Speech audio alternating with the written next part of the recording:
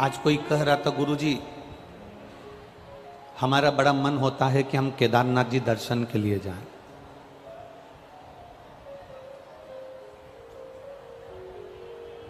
हमारा बड़ा मन होता है कि हम अमरनाथ जी दर्शन के लिए जाएं।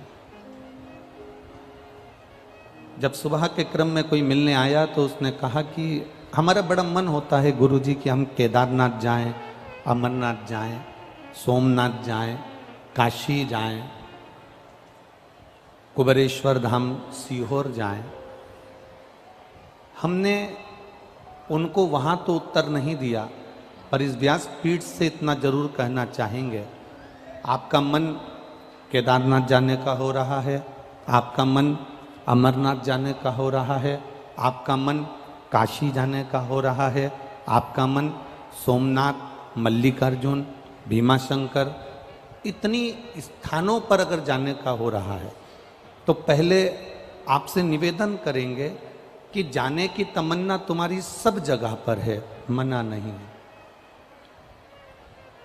पर पहले सबसे पहले तुम्हारी जाने की तमन्ना सब जगह पर हो, पर सबसे पहले तुम्हारी चित्त वृत्ति में, तुम्हारे मन में ये विचार लेकर आ जाओ, एक विचार तुम्हारे भीतर ये लेकर आ जाओ कि हम पहले अपने घर के नजदीक में, घर के पास में जो शिव जी का मंदिर,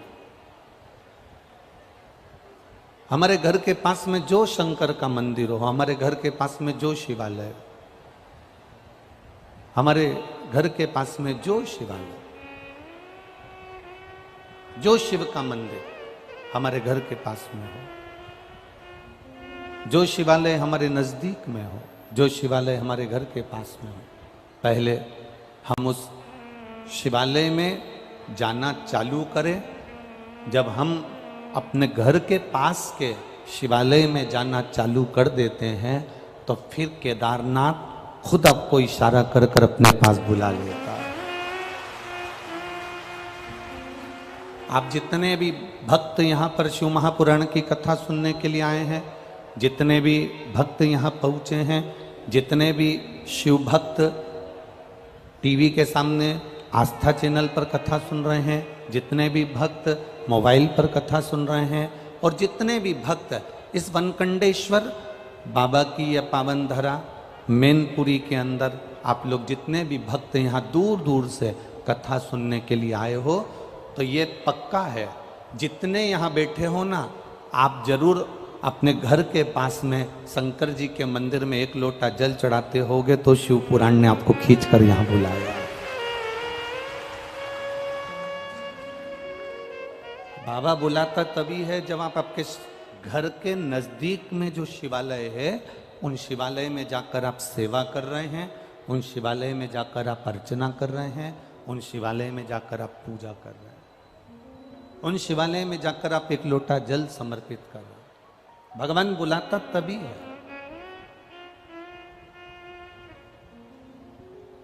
अच्छा, एक विचार करिए,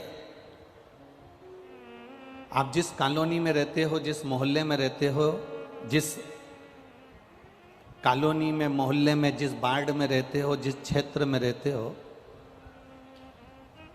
और उस क्षेत्र में अगर तुम रह रहे हो और तुम्हारे 4 घर छोड़कर किसी की शादी है और तुम उसे नहीं पहचानते, वो तुम्हें नहीं पहचानता, तो तुम्हें शादी में बुलाएगा क्या? जम के तो बोलो जरा, नहीं बुलाएगा ना। शादी में कब बुलाएगा वो?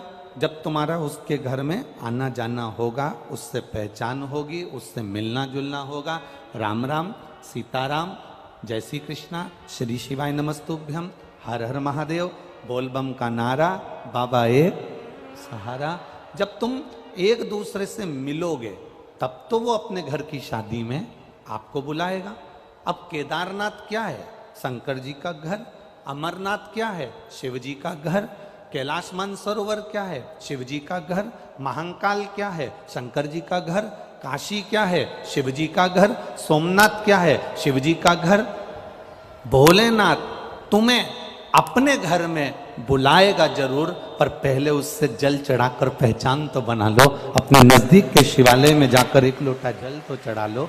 जब हम अपने घर के नजदीक के शिवालय में जाते हैं, अपने घर के नजदीक के शिवालय में पहुंचते हैं, एक लोटा जल जब हम समर्पित करते हैं, तब जाकर मेरा महादेव भी अपने घर में तुमको बुलाकर तुम्हारा कल्याण कर देता है। ये हमारे ऊपर है। अब तुम अंदाजा लगा कर बैठे हो कि मैं कथा में जाऊंगी, मैं कथा में जाऊंगी, मुझे कथा में जाना है, मुझे शिव पुराण में जाना है। तुम ऐसे शिव पुराण में जा ही नहीं पाओगे। तुम शंकर जी के मंदिर में जाकर एक लोटा जल चढ़ाना प्रारंभ कर दो। तुम शिव जी के मंदिर में जाकर एक लोटा जल समर्पित करना प्रारंभ कर दो। जिस दिन तुम जल समर्पित करना प्रारंभ कर दोगे, उस दिन बाबा से तुम्हारी पहचान हो जाएगी, तुम बाबा के और बाबा तुम्हारे हो जाएंगे। फिर तुम्हारे को हाथ पकड़कर कुबेरेश्वर धाम तक लेकर आ जाएंगे, शिव महापुराण तक लेकर आ जाएंगे।